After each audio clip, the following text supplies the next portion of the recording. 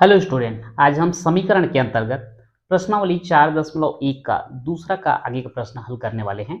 मैं हूं परमानंद पटेल। स्वागत है आपका आपके अपने चैनल पीएन पटेल क्लासेस पर। तो आइए देखते हैं प्रश्न।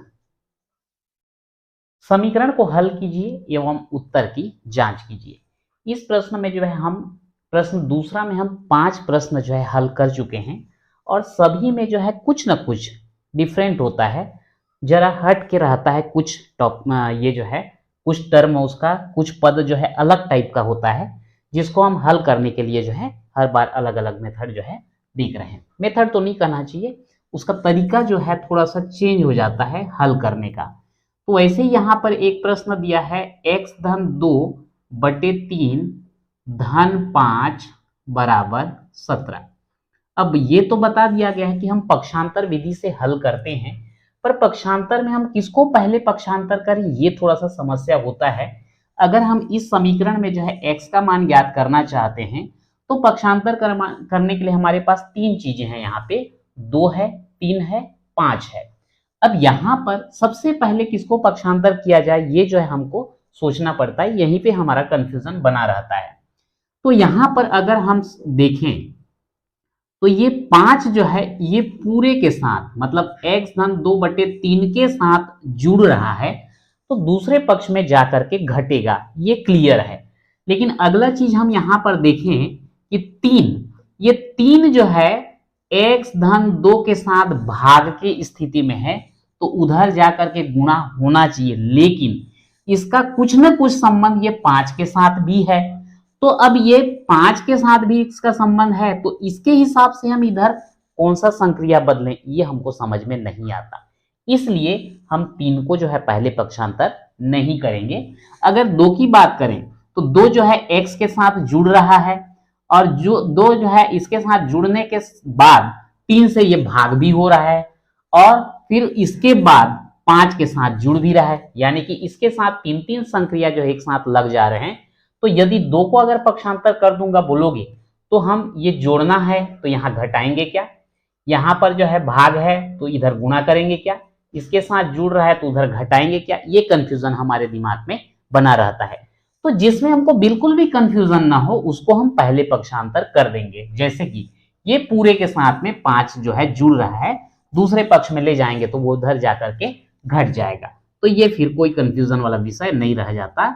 तो x धन 2 बटे 3 बराबर 5 को उधर ले जाइए तो ये हो जाएगा 17 ऋण 5। क्या किया हमने यहाँ पे पक्षांतर, तो लिख देंगे पक्षांतर करने पर। अब ये हो गया आपका x धन 2 बटे 3 बराबर 17 में 5 को आप घटा दीजिए, आएगा 12। बड़े का चिन्ह धन है तो ये भी क्या रहेगा धन। अब पक्षांतर करने के लिए हमारे पास 2 चीज बच गए, एक तो है 2 और एक जो है 3। तो ये 3 का ये दोनों के साथ भाग हो रहा है, उधर जाके गुणा हो जाएगा। तो इसको हम लिख देंगे x धन 2 बराबर 12 गुणित 3। यहां पर भी हमने पक्षांतर ही किया है। x धन 2 बराबर 12 तिया 36। अब इसके बाद x के साथ 2 का योग हो रहा है तो उधर जाएगा तो अंतर यानी कि घटाना हो जाएगा, तो ये हो जाएगा 36 ऋण 2। तो x बराबर 36 में 2 घटाएंगे तो आएगा 34 और बड़े का चिन्ह धन है तो ये भी धन रहेगा, यानी कि x का मान हमको कितना प्राप्त हुआ 34। यहां पर पहले हमने पक्षांतर किया 5 को, यहां पर अगर देखें पक्षांतर किया हमने किसको 3 को और एक जो है पक्षांतर किया गया है यहाँ पे 2 को। तो इस प्रकार से यहाँ पे 3 बार पक्षांतर करने पर ये समीकरण जो है हल हो जाता है। अब रही बात उत्तर की जांच की, तो इसके लिए हम लेफ्ट हैंड साइड को लेते हैं। x धन 2 बटे 3 x धन 2 बटे 3 धन 5। x का मान चूंकि हमको 34 प्राप्त हुआ है तो यहाँ पे x की जगह में हम कितना रख देंगे 34 धन 2 बटे 3 धन 5। 34 और 2 हो जाएगा 36 बटे 3 धन 5। 3 से 36 को आप भाग दे दीजिए, 3 एकम 3 और 3 दूनी 6 और धन यहाँ पे आ गया 5, तो ये 12 और 5 दोनों को जोड़ेंगे तो 17, जो कि इस समीकरण के राइट हैंड साइड के बराबर है। अतः हमारा उत्तर जो है कैसा हो जाएगा, हमारा उत्तर बिल्कुल सही है।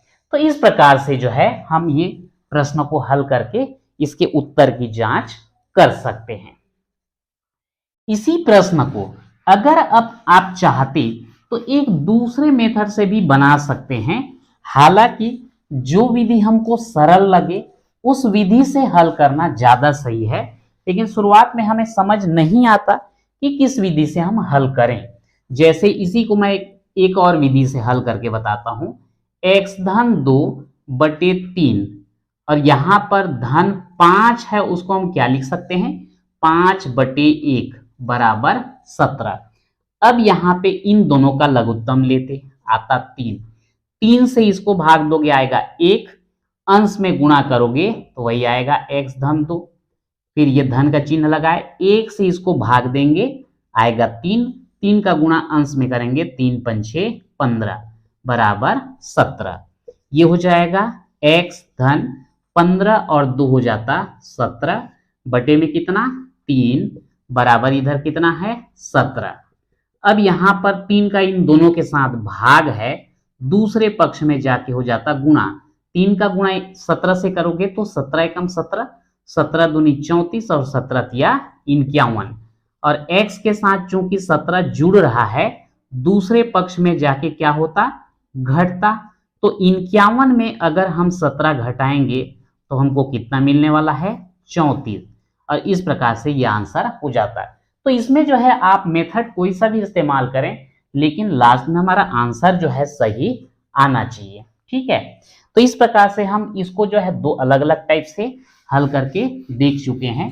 अब इसके बाद जो अगला प्रश्न है उसको जो है हम हल करते हैं।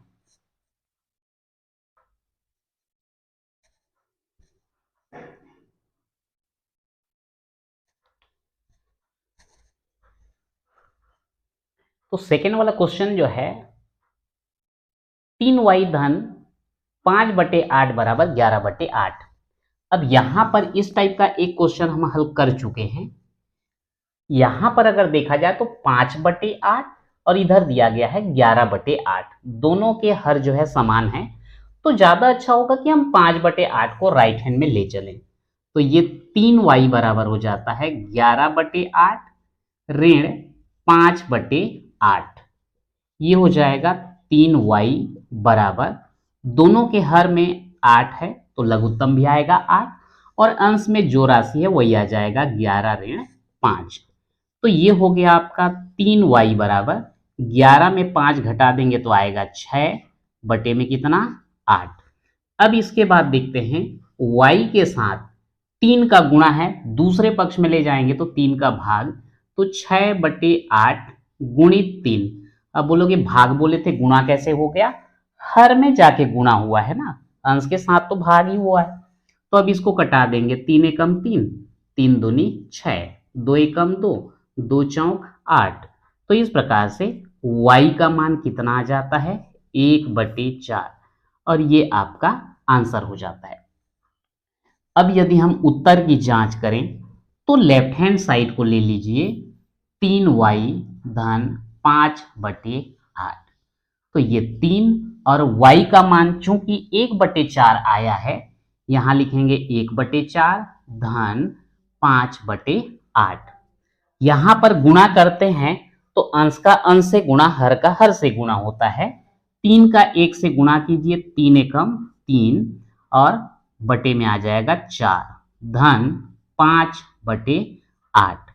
अब इन दोनों का लघुत्तम लेकर के जोड़िए, 4 और 8 का लघुत्तम आएगा 8, 4 से इसको भाग देंगे, 4 एकम 4, 4 दूनी 8, कितना आया 2, उसका गुणा अंश में करेंगे तो 2 तिया, या फिर मैं एक बार लिख देता हूं 2 गुणित 3, फिर 8 से इसको भाग दीजिए 1, अंश में गुणा कीजिए 5 गुणित 1, 2 तिया 6, 5 एकम 5/8, ये हो जाता है आपका 6 और 5 11/8।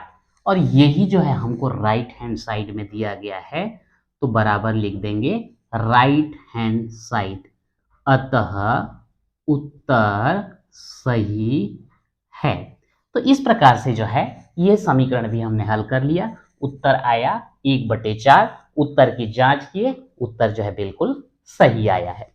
अब यहां पर इसी प्रश्न को और कैसे हम हल कर सकते थे उसको भी जो है आप थोड़ा सा देख लीजिए।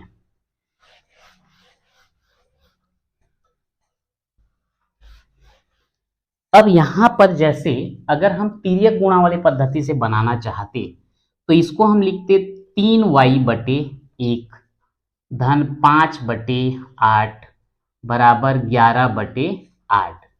और यहां पर 1 और 8 का हम लघुत्तम लेते, लघुत्तम आता कितना 8। 1 से इसको भाग देते 8, 8 का गुणा अंश में करते 8 तिया 24y धन 8 से इसको भाग देते 1, 1 का गुणा अंश में करते 1 पंचे 5 बराबर 11/8। चाहें तो दोनों तरफ से 8 8 को कैंसिल कर सकते हो, 8 एकम 8 एकम, कितना बच गया 24y धन 5 बराबर 11, या फिर 24y बराबर 5 को उधर पक्षांतर करेंगे, इधर जुड़ रहा था उधर घट जाता, तो ये 24y बराबर 11 में 5 घटाते 6, 24 और y का गुणा है, 24 को पक्षांतर करोगे उधर जाकर के भाग, तो 6 एकम 6, 6 चौक 24, और y बराबर कितना आ जाता 1/4, और यही जो है हमारा आंसर होता। तो इस प्रकार से दो अलग अलग तरीके से मैं ये दोनों प्रश्नों को हल करके आपको बता चुका हूँ। चूंकि वीडियो काफ़ी लंबा हो जाएगा इसलिए हम और प्रश्न नहीं ले रहे हैं। तो आज के वीडियो में जो है इतना ही, मिलते हैं नेक्स्ट वीडियो में।